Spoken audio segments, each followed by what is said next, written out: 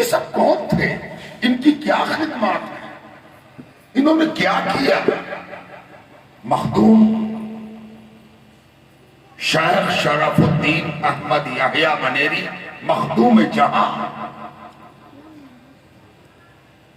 مخدوم سید اشرف جہانگیر سمنانی، یہ سب کون تھے؟ انہوں نے کیا کیا ہے؟ ان کی کیا خدمات ہے؟ ملک العلماء قاضی شہاب الدین دولت آبادی، شیخ وجیہ الدین علوی، سیدنا بدیع الدین مدار، یہ سب کون بزرگ ہیں؟ کیوں ان کا نام نہیں لیتے؟ کیوں ان کے بارے میں بات نہیں کرتے؟ کیوں ان کو تم بھول گئے ہو؟ اور اگر بات کرتے بھی ہو تو جائیداد میں جتنا بیٹی کا حق نکالنے کو تم اتسک ہو، اس سے بھی کم ان بزرگوں کا حق نکالنے میں اتسک ہو۔ نہ بیٹی کا حق دو گے، نہ ان اسلاف کا حق تم سے ادا ہو۔ ان بزرگان دین نے سنیت کو جس انداز سے زندہ رکھا، اس ملک میں الگ الگ سینکڑوں تحقیق کا موضوع ہے، ایک تحقیق کا نہیں، سینکڑوں تحقیق کا، اور ہو رہی ہے۔ غریب نواز پر اب تک 50 سے اوپر کتابیں لکھی گئی، ابھی بھی حق ادا نہیں ہوا۔ خواجہ نظام الدین اولیاء محبوب الہی 11 بادشاہ کا زمانہ دیکھا، اور 11 بادشاہوں کے زمانے میں جس انداز سے اسلام کو پیش کیا، اسلام کی خدمات کو پیش کیا، اپنی قربانی پیش کی، تم کو نہیں معلوم ہے؟ حیرت کی بات ہے، تم نہیں جانتے۔ تم کیا سنیت کی تاریخ لکھو گے اور تمہیں سنیت کیا بات ہے؟ تم ہم کو مت پڑھو، اپنے پیران کو پڑھو۔ ہر سلسلے والے کو ہم کہتے ہیں اپنے پیران کو پڑھو کہ انہوں نے ان پیروں کے بارے میں کیا لکھا ہے، وہ کیا کہتے ہیں، اپنے پیران کو پڑھو۔ تم خود ساختہ مذہب کے گرفتار ہو گئے ہو، تم کو یہ بھی نہیں معلوم ہے کہ تمہارے شیوخ، تمہارے پیران جن کا جھنڈا دھونے کا تم دعویٰ کرتے ہو، وہ کیسے ان چوکھٹوں پر جھکا کرتے تھے۔ تم تو یہ بھی بھول گئے ہو کہ ان کی چوکھٹوں پر تمہارے بزرگان کس طرح جھکا کرتے تھے، کیسے ادب کرتے تھے۔ تم کہتے ہو یہ لوگ بدعقیدہ ہو گئے، یہ بدعقیدہ ہو گئے، یہ اپنے بزرگوں کی روش سے ہٹ گئے، اس لیے ہم لوگ ان سے ہٹ گئے۔ تمہیں معلوم نہیں ہے، اگر قوالی ایک وجہ ہے تو تمہیں معلوم ہونا چاہیے کہ تب بھی قوالی سنی جاتی تھی، قوالی آج نہیں سنی جا رہی، اور ساز کے ساتھ سنی جاتی تھی، ستار بجتا تھا، ڈھولک بجتا تھا، اور تب بھی تمہارے بزرگان ان چوکھٹوں کو بوسہ دیتے تھے۔ تم کیا سمجھتے ہو کہ تم بڑے بالغ نظر ہو گئے ہو، اور تمہارے بزرگوں کی نظر کوتاہ تھی، معاذ اللہ۔ پہلے اپنے اوپر فتویٰ دے لو کہ تم اپنے بزرگوں کو کوتاہ نظر سمجھتے ہو، ہم تو انہیں بالغ نظر سمجھتے ہیں کہ وہ سب جانتے تھے کہ یہاں ساس کے ساتھ سماع ہوتا ہے۔ تب بھی وہ ان درگاہوں پر گئے، ان درگاہوں سے اپنی عقیدت کا اظہار کیا، بار بار گئے، لگاتار گئے۔ وہ زیادہ بڑے فقیہ تھے یا تم زیادہ فقیہ؟ میں نے قرآن کریم کی ایک آیت پڑھی، لیکن اس آیت تک پہنچنے سے پہلے آپ سے اس حوالے سے چند باتیں کہہ دوں جس سے بات شروع کی تھی۔ کوئی آپ سے پوچھ دے کہ اسلام نشانے پر کیوں ہے؟ اسلام نشانے پر اس لیے ہے کہ اسلام دنیا کا واحد ریلیجن ہے جو یہ کہتا ہے کہ کالا ہو یا گورا، لمبا ہو یا ناٹا، سب حضرت آدم علیہ السلام کی اولاد ہے۔ پوری دنیا کا ایک ایک انسان اسلام کی نگاہ میں ایک باپ کی اولاد ہے. یہ دنیا کا وہ فلسفہ ہے جس نے ساری دنیا کو اپنے گرد اسی طرح اکٹھا کر لیا جیسے چینی کے ایک دانے پر چوٹیاں اکٹھی ہو جاتی. یہ وہ فلسفہ تھا جو حضور صلی اللہ علیہ وسلم لے کے آئے.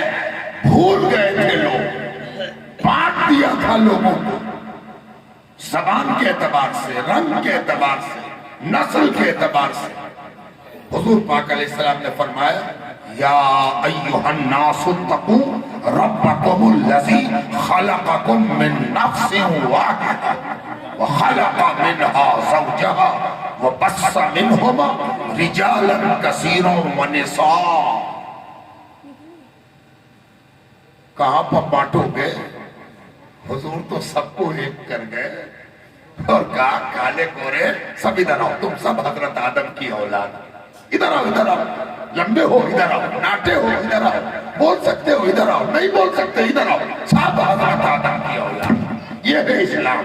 اسلام بانٹنے نہیں آیا، اسلام تو جوڑنے آیا.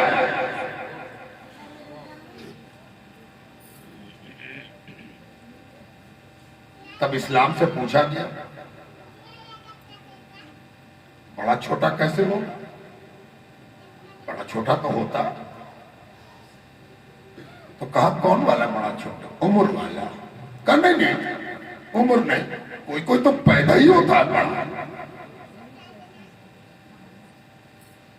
تو اسلام بتایا، سننا چاہتا پڑوسی آپ کا کہ اسلام میں بھی بڑے چھوٹے کا کوئی معیار ہے، کوئی کسوٹی ہے، کوئی ایسا پتھر ہے جس پر اسلام ٹیسٹ کر کے بتاتا ہو کہ ہاں یہ بڑا ہے یہ چھوٹا.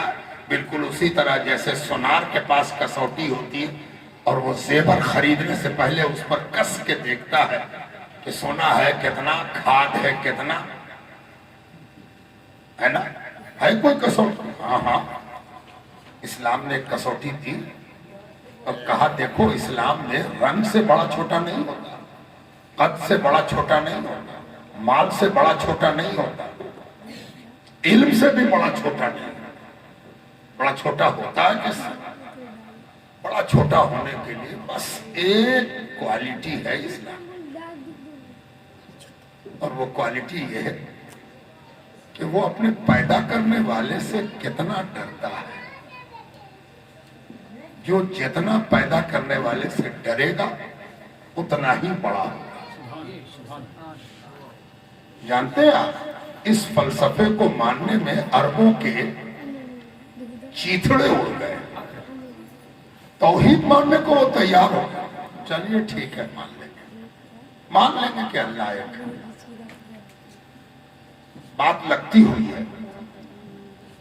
آٹے سے بت ہم بنا لیتے ہیں، کاٹ سے بنا لیتے ہیں، مٹی سے بنا لیتے ہیں. یہ صحیح ہے کہ مٹی نہیں، مکھی نہیں اڑا پاتا. یہ صحیح ہے کہ ہم جب چاہتے ہیں بھوک لگے تو اپنے آٹے کے بت کو بیل کے روٹی پکا کے کھا بھی جاتے ہیں. مان لیں گے کہ اللہ ایک ہے، اس کے ماننے میں زیادہ قباحت نہیں. لیکن یہ کیسے مان لیں کہ بلال ہم سے بڑا ہے؟ یہ ہم کیسے مان لیں؟ کالا کلوٹا بلال، ایک تو رنگ سے کالا، دوسرے اپنی حیثیت سے غلام، یہ ہم سے بڑا ہے.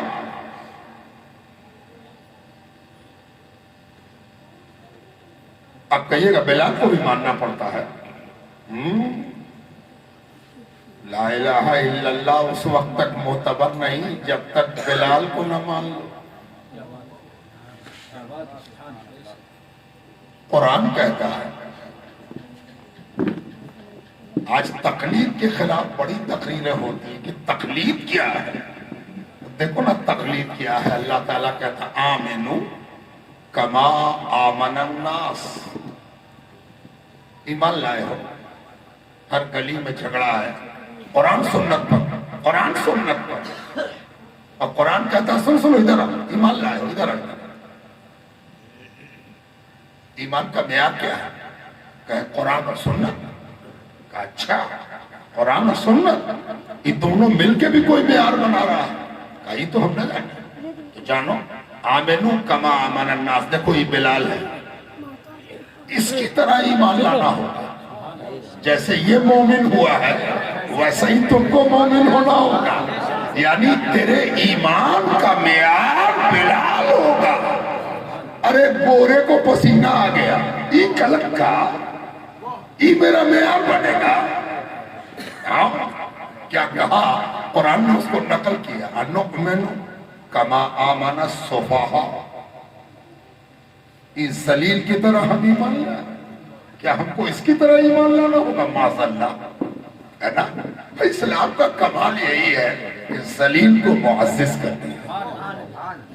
تم ذلیل سمجھتے ہو، آؤ ادھر. یہی ہے عزت والا. جس تک اس کے آگے تم نے اپنے کو ذلیل نہ کیا، کہے کہ مسلمان بڑے مسلمان بڑے ہو. سنو دنیا والوں، اسلام اس دین کا نام ہے جس نے کمزوروں کے آگے مضبوطوں کو جھکا دیا. اور اسی لیے دنیا میں اسلام پھیلا ہے کہ جو کمزور تھا وہ کھڑا ہو گیا کہ ہم مسلمان ہیں. یہ کمزوروں کا دین ہے جس نے ان کو مضبوط ہونا سکھا دیا.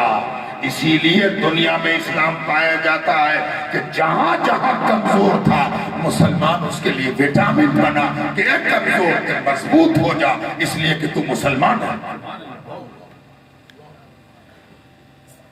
یہ آپ کو بتانا، یہ آپ نہیں بتا سکے. آپ تو سکھاتے رہے کہ فلانا کافر، فلانا فاسق، فلانا یہ، اس سے دوسرے کو کیا ہوگا. وہ جہنم میں جائے گا، اگر پہنچا سکے تو پہنچا دیجئے گا. جہنمی میں پہنچانے کا آپ نے ٹھیکہ لیا ہے تو گاڑی میں بھر بھر کے جہنم میں لے جائیے. اس کا کیا ہوگا جو انتظار میں ہے کہ کوئی ہم کو جنت پہنچائے، اس کے لیے کیا کیا. من شک فی کفرہ فقد کفر. اس سے آگے بھی کچھ جانتے ہیں.